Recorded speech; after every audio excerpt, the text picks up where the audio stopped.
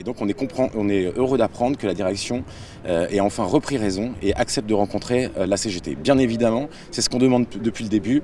On est maintenant au 16e jour de grève, on n'a pas eu de contact avec la direction, donc évidemment ce contact arrive et on sera présent et on discutera avec elle. Alors je rappelle que ce ne sont pas des négociations, puisqu'on est reçu individuellement. Les négociations, c'est régi par la loi, il faut que toutes les organisations représentatives puissent être présentes. Donc c'est une réunion de concertation et d'échange, nous dit la direction. Eh bien on va écouter ce qu'elle a à nous dire. Nous, le discours il est clair, il faut passer très vite aux négociations, il faut très vite trouver un accord pour débloquer cette situation. On voit très bien les difficultés qu'il y a d'approvisionnement dans le pays. Alors la première demande, c'est une revalorisation salariale de 10%, 7% lié à l'inflation et 3% lié aux résultats pharaoniques de Total. La deuxième, c'est un plan d'investissement massif en France, en l'occurrence pour rendre aussi nos raffineries plus propres, moins émettrices de CO2. Je crois qu'en ce moment, c'est quelque chose qui fait débat. Enfin, en tout cas, et Total Energy affiche une volonté de s'améliorer sur cet aspect aussi.